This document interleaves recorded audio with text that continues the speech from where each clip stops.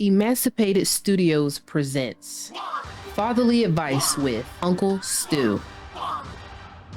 Come and have a seat at the table. How are you? The real Precious in the house. I'm doing well. I'm doing well. Glad to be back with you. I really appreciate you reaching out to me. I'm really glad to be back. But I'm Oh, doing well, good. thank you. And I appreciate you coming. And, we're going to take some deep dive, conversation this time. Last time was a little light. It was like, who's the real Precious? But now we got to get into some deep stuff. Because it's Okay. been, I would say, almost 6 months. Yeah. So Yeah. Time is it's rolling. It's Yeah. rolling. Yeah, it definitely is. So let's get into it. Let's get into it. The last time we spoke, you talked about you coming out of foster care. And foster care system, especially when they come to African Americans, is not really talked about enough on the news. It's definitely not a straight that I know of, a YouTube platform or any social media platform that really talks about foster care. And I think that it's time that for at least, I'll argue, for the month, that subject needs to be kind of talked about. It really needs to be flushed out. I know that there are issues when what they call age out. Yeah. That could be man or woman, where people are being aged out. Every once in a while, you hear about the horrible story of parents. That's about as close to foster care because I know some people, but I've never really had a conversation about that experience, about that life, about all of that. And I believe we could talk about that, and hopefully even people that hasn't been in foster care may have had, if you want to call it that, foster care experience. Right. Because it's not necessarily foster care for everyone. Some people could have moved a lot or been in orphanages. So Exactly. definitely that transient lifestyle. Exactly. Can you kind of just explain how you got to foster care if you don't, if you want to go that deep into the story? I'm fine with it. And before I do that, I did want to let you know that there is a National Adoption Awareness Month, it's in November, but not a lot of people know that. So National Adoption Awareness is in November, but because of the holidays and things like that, like you said, the conversation is just not there. You don't really see a lot of advertisements for it. So I did just want to let you know that because not a lot of people know that. The way that I landed in foster care was that my mother was a drug addict. And so my brother and I'm the oldest of 7. My brother and I lived with her until I was 2 and he was 1. After living with our mother, she struggled with, abusing drugs. She had a homemaker that tried to come in the house to help her, but it just wasn't enough. So eventually we went to our great aunt house to live with her. Both my brother and we lived in the projects, Curry Woods in Jersey City, and she actually passed away. And so Your after mother? my great aunt that we lived with, she passed away. And after she passed away, they put us in foster care. And putting us in foster care meant me and my brother split up. So we were in different homes. We were in about 4 homes until we got adopted. And we were split up until we got adopted. So we got adopted together. That split up between you and your brother. How old was you when that happened? So I was 2 and he was 1. So we were fairly still, I was 2, he was 1 when we went to my Aunt Judy's house. By the time we were leaving her house, we were about 3 and 4. So Do you have a strong memory of that, or is it more of a vague memory? It's more of a vague memory. My brother actually has his memory of that is actually stronger than mine is. So I don't remember that. Honestly, to tell you the truth, Uncle Stu, I don't remember leaving my mom. I don't remember living with my great Aunt Judy. I don't even remember the houses that I lived in foster care until the last foster care home. And I was in her home the longest, and I left at the age of 8. So I believe I was there from 6 to 8 at my last foster care home. And so I remember that vividly. But anything else before that, I can't, it's vague memories, honestly. Well, that's fine. Let's go on just what you remember versus other people feeding you a story or feeding you a narrative. And because I know of your age, that was a serious crack era, which would have been in the 80s. Yep. It was horrible. People want to blame the 94 crime bill. I'm sitting up here saying, no, y'all don't realize what was going on in that time, in that era. They did not see the implosion of the inner city. So, is your mother a recovering addict now? How is she? She actually passed away in 2016. Okay, I'm sorry to hear about and, that. And not, from an overdose or anything, but she was sick and passed away. Of course, that didn't help, but it wasn't from, an overdose. Most people would think it was that, but it wasn't.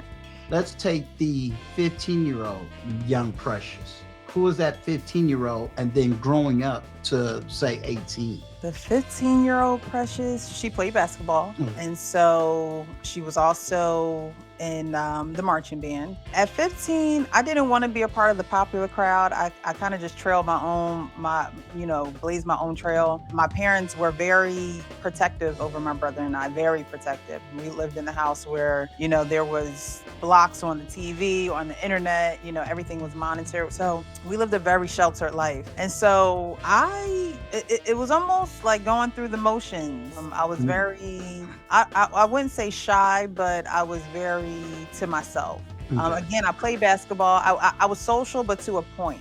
And because I lived a sheltered life, I couldn't be more social than I was. It was come in, practice, homework, that very routinely lifestyle. My mom and my dad, my dad worked. At that point, my mom was a stay-at-home mom. So we had a very tight-knit ship, It was, like I said, very structured. And so it was just that 15-year-old Precious that was not anywhere close to even having herself figured out at all whatsoever. Like I said, just felt like I was going through the motions of doing what I had to do in school and sports and things like that, church.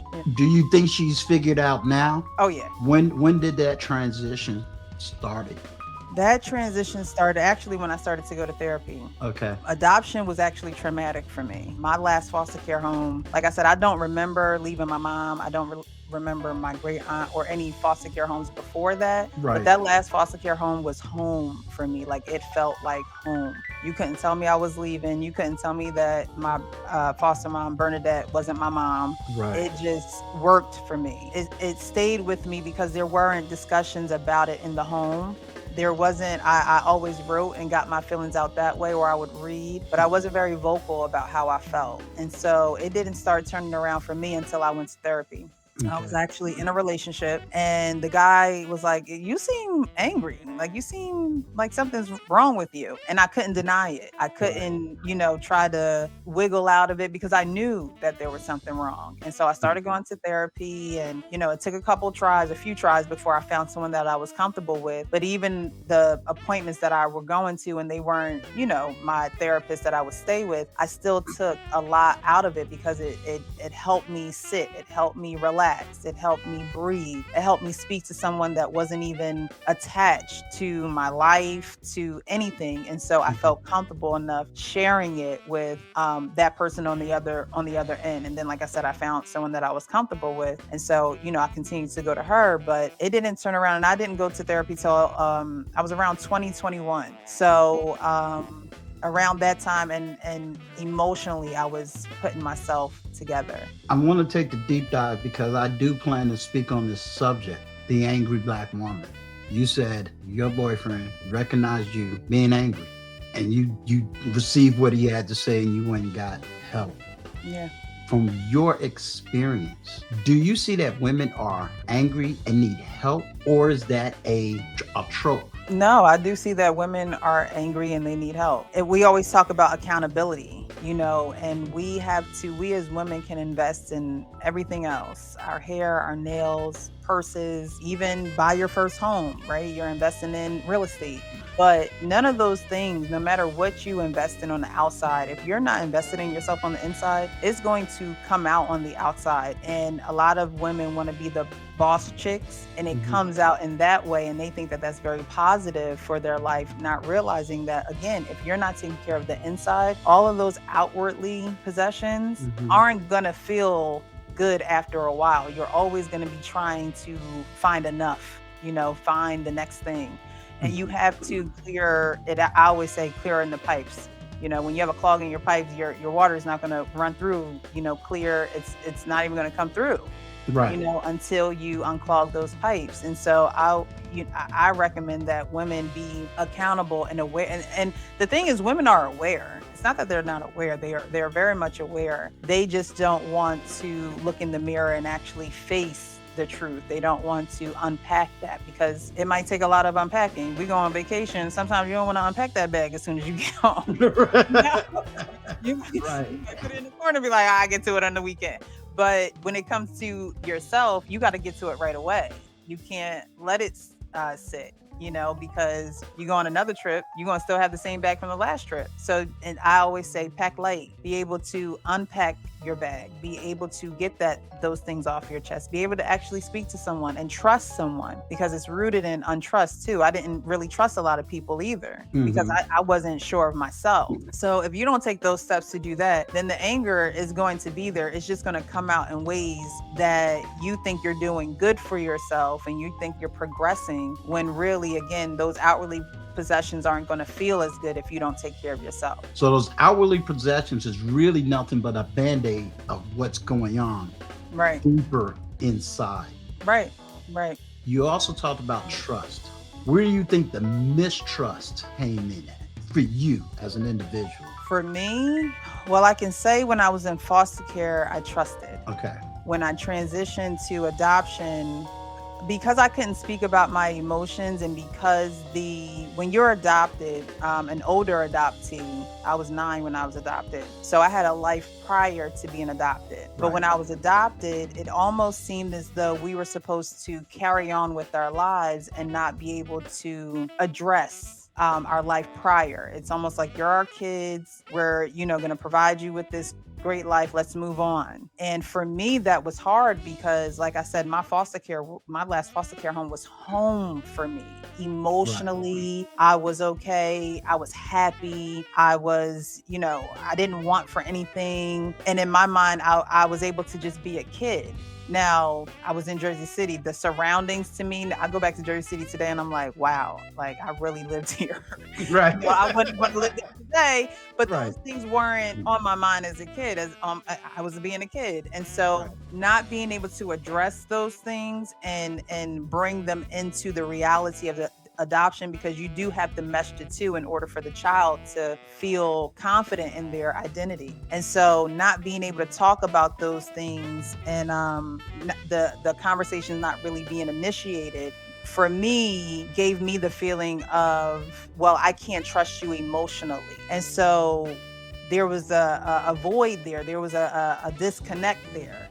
And the social workers and our caseworkers and things like that would, they told my parents to call each other mom and dad. So we would then call my parents mom and dad. And so it was like they wanted to not necessarily force the connection, but they wanted the parents to not really address any of the prior life. And for the children, while that may be okay for the parents because they weren't there. And so it's easy for them to just, continue on with their life with children and learn how to maneuver that. But again, me and my brother came from 2 separate foster homes. So the needs that he had and the needs that I had were totally different. The experience that he had and the experience that I had were totally different. But we were in a home and we were parented the same way. And like I said, it was like a machine, a well-oiled machine, and not to say that it didn't break down sometimes because we weren't perfect. That emotional connection wasn't there. And I think for a lot of women, the emotional connection is broken somewhere. And so as soon as it's broken, now you don't trust. You have a guard up. You have, you have 1,000,001 excuses of why this and why that. And so because that emotional connection wasn't there, I didn't trust other emotional. I didn't really have a blueprint in my adopted home to then be able to model to the outside world. So like I said, it was like going through the motions. When you asked me about the 15-year-old Precious, it's like I was just going through the motions. I like the way you transitioned that when you said there's that brokenness of trust, and then you're going through the motions of the trust. But then you talked about how in each relationship, you really couldn't trust because you didn't have the transition. Help me with understanding, what does that look like when we talk about that transitioning from not knowing how to trust because you didn't have a blueprint for it versus, okay, so this is what I can trust. And when I say that, it is because I think for a lot of us, and I can include myself into that whole process of, I'm gonna say, trusting again, recognizing when it got broken, but then that process, that's a hard process to trust again. Can you help me and help anybody else that's listening to you on that? I came on to say I can trust again. Well, again, it started with therapy and being able to talk about my emotions. If you don't get it out, it's going to stay stuck in. So the first step that I had to take over, making that bridge and walking over that bridge to trust again was to be able to actually say what my emotions were. Not write them down, not write little notes here and there, but actually say them and then receive what was being spoken back to me, because there were times where I was acting a certain way and I felt justified for acting that way. And my therapist was like, no, that's not how you handle that. Here's this book, read this book. Make sure you write notes. Make sure you write how you feel when you're, having this certain type of occurrence. If it happens again, how did you handle it the second time? So not only was I getting out how I felt, I was being honest about how I was handling certain situations so I could get that constructive criticism back. Another thing for me was my parents were religious and they were in the church. I can remember early teens where literally the spirit came over me. And people, like my other friends in the church, used to laugh at me. They used to, because my spirit was just drawn to the spirit. It was, right. I couldn't shake it.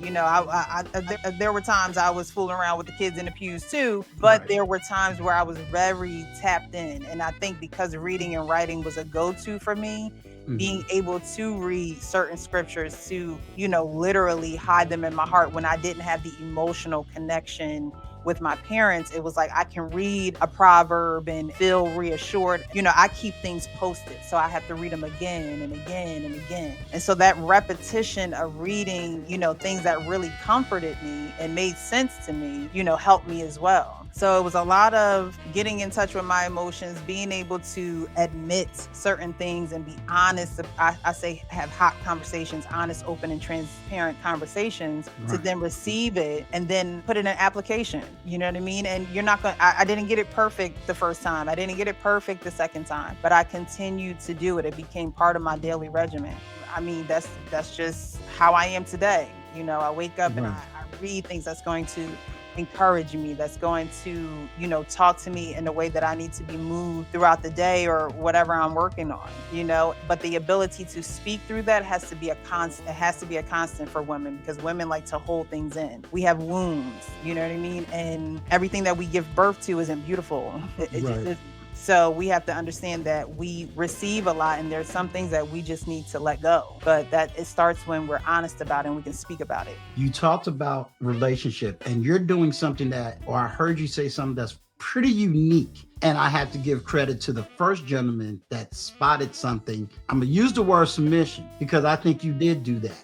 You submitted to a man who surely don't have a degree in psychology, surely don't have, any of the professionalism, but he was able to discern, see, or just common sense. You're an angry Black woman. You received it and got help for it. Yeah. A lot of women wouldn't do that. So let me give you kudos.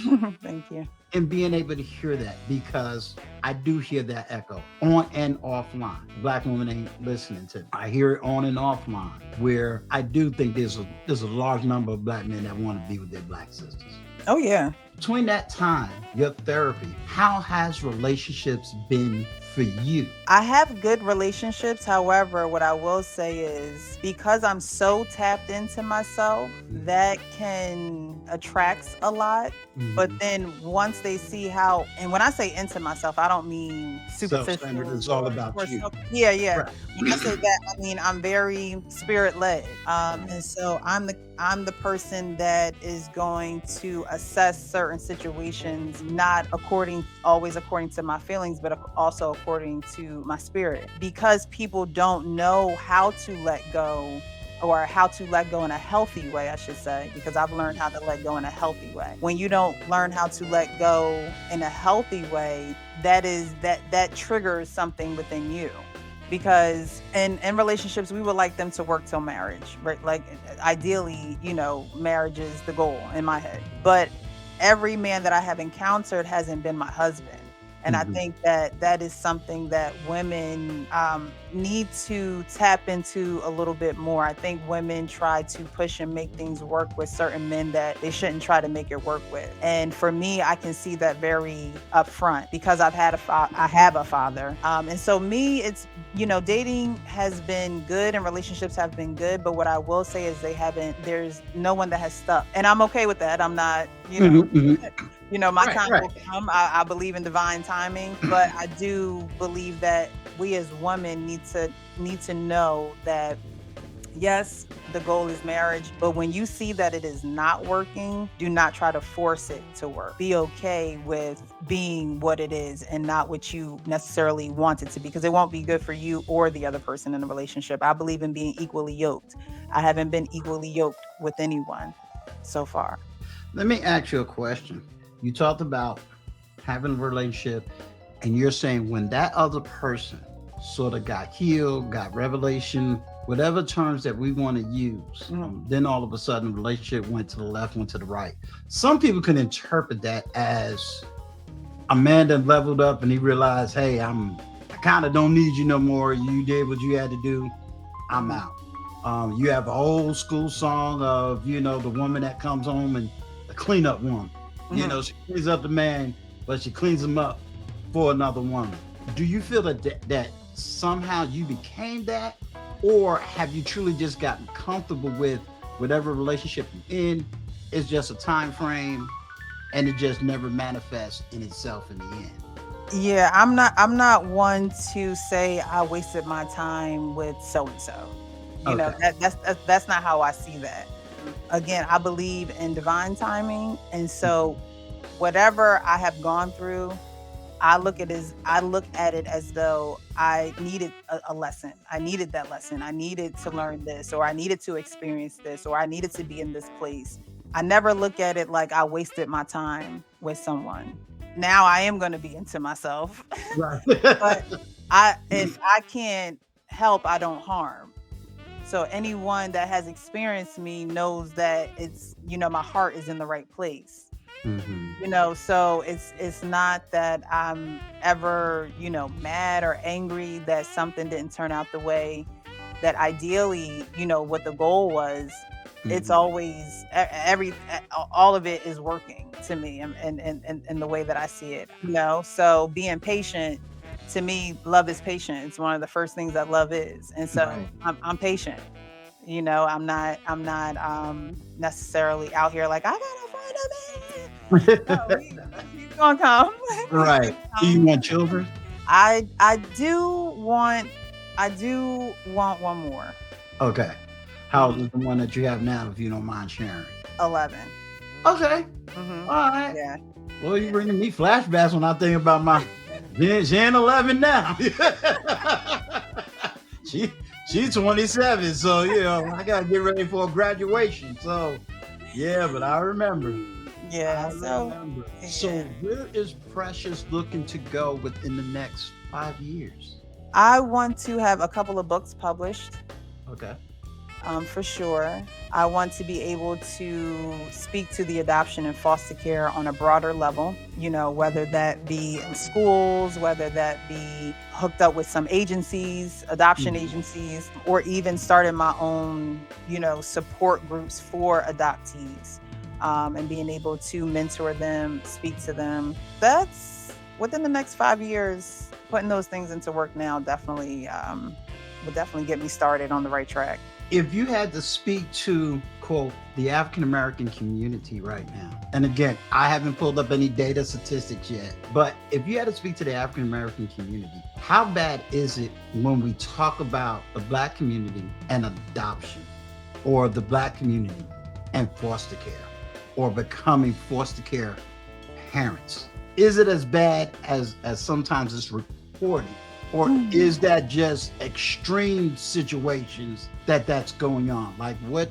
talk to the Black community about maybe getting involved in something like foster care. Well, what I will say is that whether it's foster care or you're adopting a child, your best interest has to be in that child. It just has to be. Unfortunately, in the Black community and other communities alike, but I only know the Black community, a lot of parents and even single moms or single parents are doing it for a check. And I'm not saying they wholeheartedly doing it for a check, but they're not wholeheartedly doing it for the child. A lot of children who go through the foster care system are in there because they've had a disadvantage. And so when you have children that have major disadvantages, you have to understand that their psychological development, emotional and mental health development are all very fragile, and more fragile than a child that has been growing up in their home biologically. Not a lot of people know about that primal wound. So when a child is removed from their parents, that's an intrinsic wound for them.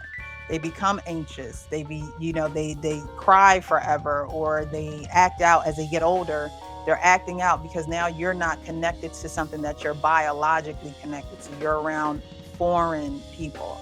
And when you're around foreign people and you don't have that connection, that love that you once had, it seems like you're a fish out of water. And so in the foster community, there's a lot of fish that are out of water, and parents don't necessarily know how to make that child comfortable, or they get frustrated, or they don't have the resources. The state doesn't necessarily, always do a good job on there, and either with supplying those resources. A lot of people that I know that are in that field, they say we got about, 15, 20 cases. And what that means is they have to visit about 15, 20 homes in that day. In one day. One day. So you're driving from here to there, writing out your evaluations for that visit and, things like, so they're very overworked.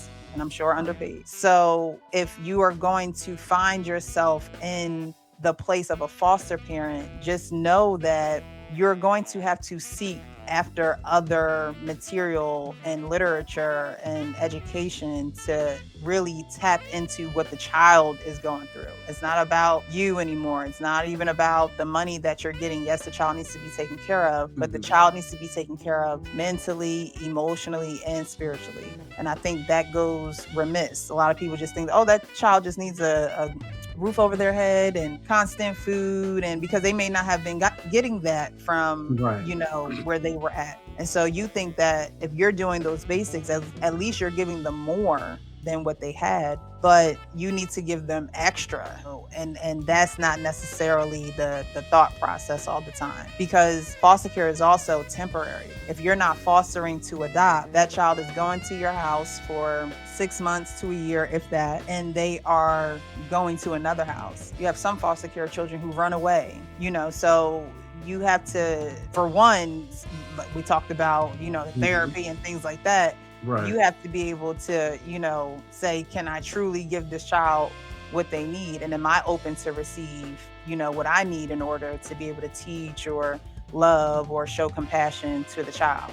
If a person can't do it directly, like if I use myself as the example, I may not have the home where I say, okay, I want to adopt a child or even to have a foster child. What is other avenues? What is other ways that, let's say, someone like myself or anybody that's listening could, help, advocate, etc.? What other things could the Black community do, even if they can't get their hands on deck and bring a child in the home? What are some things that we need to be aware of?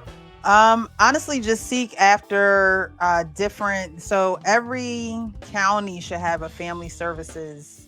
And what you can do is go down to that building or call that building and ask them about, their services for foster care and adopted children.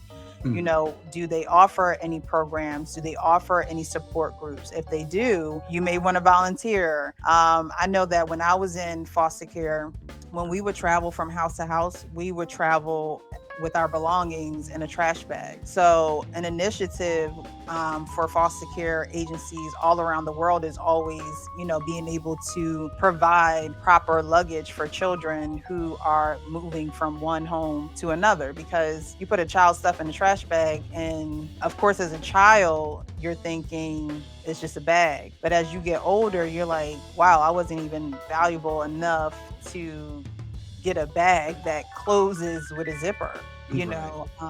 That plays into the emotional state of a child, and parents may not know how deep it is, but it is to that child. They are going through loss, and they continuously go through loss. And a lot of people's mind is like, oh, well, they're being granted better opportunities, but before every opportunity is a loss. I'm losing a home. I'm going to another home. I gained a home. Now I done lost that home again. So it's like the foster care and adopted child always feel like they're in a negative. You feel like you're in a negative until you are somewhere stable, because you're just going through a whole bunch of losses until you actually win. And we spoke earlier about how some kids age out, and so they never win a stable lifestyle. Right. Can you explain, because I do know what that means, but so that people can hear it from you. What does that mean, aging out, and what happens to those aged out kids, both men and women? Aging out means at the age of 18, you can no longer be placed in a foster home. And so what that means is you are put out here in this world to figure it out. And a lot of children cannot figure it out because they had no stability. And so now they are trying to go through life. A lot of them get in trouble. A lot of them get locked up. A lot of them, go through the same pattern that their birth parent went through. Not even the, people that they've been in the foster care homes with, but they repeat that biological cycle because it's in their blood. There are some things that are passed down to us within our blood. And, if you don't have a stable life, if you don't go through the process of therapy, of flushing, a lot of that stuff out, you're going to continue the cycle unknowingly. And so, when kids age out, it's a dangerous place to be. Not a lot of people want to adopt older children.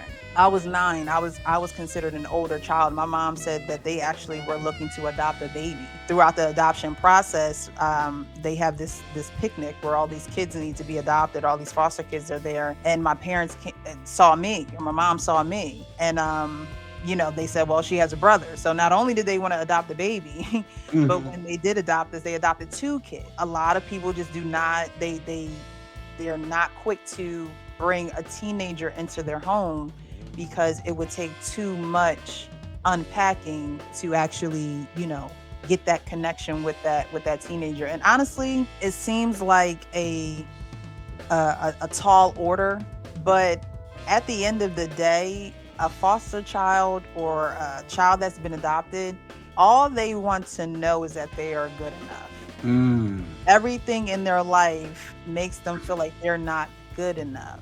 And so when they are actually paired with someone that is letting them know you are good enough just the way you are. I know this happened to you, I know that happened to you, and I know this happened to you, but you are good enough just the way that you are. And of course you have to build on that, but that's the premise. And loving them, mean, if you could do those 2 things, then you've already won half the battle. The other half is, getting them used to a new environment and, new schools and being around new people. But not a lot of people want to, climb that mountain. And so these kids age out and they have no structure and they have no family, and they're lost. And it's dangerous. Especially, I always, I have Black brothers, and, women, we can be expressive. We'll find a way to get it out, But I always pray for the Black men who are in the foster care, or boys in the foster care system, and who are adopted, because they don't necessarily always use their voice. to let go of the pain and let go of the trauma. My brother and I came from two different foster care homes, and I can honestly say, and I can thank God and say that I didn't go through anything bad. I didn't go through anything bad in my foster care homes. So I can thank God that I was protected in that way. But everybody's story is not the same, you know. Right. And so when it comes to Black boys, they grow up in this world, be tough. Don't talk about your feelings and don't show that you're weak. But I wish that more Black boys were more vulnerable in that area, and they did speak to someone that they trusted, because that's where the mistrust happens for them. We all have a time where we stop trusting. And I don't think that we have enough men coming forth who were adopted or who were in the foster care home really be honest with their openness and their honesty and their transparency when it comes to the experiences that they have gone through, and that can hinder them, you know, in relationally, and not just with women, but with anyone. They'll grow up trusting no one. And we all need someone in this world. We all need someone to partner with, you know, whether it be in a relationship with the opposite sex or a trusted friend or someone that we can be honest with. So when these kids age out, you know, they have no one, and it's concerning. You know, the girls turn to, like I said, either what their parents were doing or promiscuous behavior. They're no longer, have no guidance, no shelter, so they're vulnerable out here in the world. And then the boys are just rough and tough, and they live that street life, and it doesn't last. They find themselves locked up in, you know, gangs and things like that. It's no structure. Do you think that we need to set an alarm to our political system? Because we now live in an economy, and it's going to be kind of my focus for this year. We live in an economy now, and we're going through some things economically now where, be totally honest with you, there's no, you're not going to make it being single. Whether it's a single mother, single father, singleness is gone. If we say that the average person, especially in the African American community, men making $45,000 a year, women on an average $43,000 a year, the economy ain't going to support those numbers. They're just not. Whether you're liberal, Democrat, Republican, conservative, do we need to start setting an alarm and saying maybe we either A, change the age of this ideal of aging out at 18, which to me is an old system, or do we just need to be aware about aging out kids and we need to try to do something structurally within the community as a whole to put our hands I think the latter. If we were, you know, community centers and places where, you know, children can go recreationally and play basketball and get, you know, help after school and things like that. I don't see that in every state. But when it comes to foster care children who are aging out, there needs to be programs for them to be able to learn how to live on their own, education, social skills. There needs to be programs where they are building the structure. And I think they do have some programs, but they're not necessarily for children who are aging out of foster care homes. You know what I mean? They do have communities where they have programs that if you're homeless or if you're out on the street, that, you know, you can, you know, enroll into those programs. And you still have to be qualified to do that as well. You have to go through some type of criteria, but there does need to be something for aging out adoptees, because like I said, a lot of people are not they're not adopting older children. Right. It's not desirable. You know, let me ask you, I like something you said. Should we stop looking at 18-year-olds, whether they're men or women? Should we strictly be saying these programs or a certain program is strictly set for kids who are aging out or kids who has aged out of the program, strictly for those that's coming out of a foster care system, versus trying to lump everybody in that one size fit all? I think so, because I had different needs than my brother. Homeless person is going to have different needs than someone who was passed from foster care to foster care to foster care. They're just going to naturally have different needs. Not to say that they both won't have needs, they both definitely will. Right. But they're going to be different on a mental and emotional level. Where the homeless person just may need housing, the person who is aging out of foster care homes needs schooling, they need therapy, they need, programs that teach them how to be social. Someone could have just fallen on hard times, right? And they just need assistance with housing, like I said. But someone who continuously out of their control is falling on hard times, we don't get to control whether we're in foster care. We don't get to control which house we go to. We don't get to control how many houses we go to. Right. There's so many things that are out of their control, that to set them free in a free world, they're not going to know what control is. They're not going to know themselves enough for that if they weren't prepared in those foster care homes. And honestly, they probably weren't if, the foster care homes didn't keep them to adopt them. Right. They kept them for a short period of time. And once they got used to one system, they probably were under another system. And so the control factor of it all, we do need to control it, because then, we have our jails are full with Black men. I wonder how many of them were in foster care, honestly. Right. That's another thing. That's another place where, especially Black men can get involved. Right. Go to your jails to speak to these young men. Right. So and us women can go to the female detention jail centers and Right. exactly to speak to them, because again, that control, thank God that I was adopted and we did have structure and control and discipline. That is definitely needed in any child's life, no matter whether they're adopted or not. But when they say you don't pick your family, well, some people do pick their family. I was picked. I feel like I was picked. And so within being picked, there was also a certain program that I had to adhere to. So a lot of kids don't get that. And so they don't know who to listen to. They don't know who to trust. They don't know who to talk to. And so they run wild. And who's really caring about a Black boy running wild going to jail? That's not what is catered to. Right. Right. Well, what I want to do is, you gave a wealth of knowledge, wealth of understanding, wealth of a backdrop of your personal story. And I'm hoping that your story touched somebody, that your story, bring awareness. And I think that is what I feel is lacking, is that awareness. I'm somebody that didn't go through the foster care system, so I don't know that experience.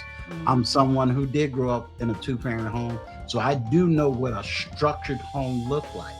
I do know that kids, it's funny because it's all of my friends that say didn't have that structure, my home became the magnet for all of them. It was like, I want to live like y'all free, But I understood it in adulthood, that attraction of wanting order, wanting, non-chaotic. What does that non-chaotic life look like? So I am very happy that you was able to at least be in a stable environment, at least know what structure looks like, even if you couldn't, let's say in your early years, put it together. It's like, I know what it look like, I just don't know how to build it, Yep. So I think that is the key. I'll say it online too. I would love to talk to your brother, because I would love to get his story, his experience as a man. I'm definitely a male advocate, but I am broadening my platform. I want to spend 20% of my time looking at problems. I want to spend the 80% of my time solution. I do not want to continue down talking points, because everybody got their own story. Yep. I don't have the big platform, but I'll at least be a voice. Yep. And that's all I can do. Yeah, as long as you help one, that's what I say on my platform. As long as I can help one person. Exactly. Done my job. You done your job. So I definitely got to have you back. I told you about a future, live that I'm going to do. And I know it's going to jump off, because start talking about the angry Black woman, boy, that's a tough topic, but not for me, because I can relate to both sides. Right. I can relate to both sides. So yeah. And when you've done healing, a lot of people will look at you and perceive you as, well, who do they think they are? Mhm. And they won't listen to what you have to say. But what I will say is the angry Black woman is really just a hurt Black woman. And I think once she realizes that, she can shake herself free of the anger part of it. So we're definitely going to get into that. I love it. I love it.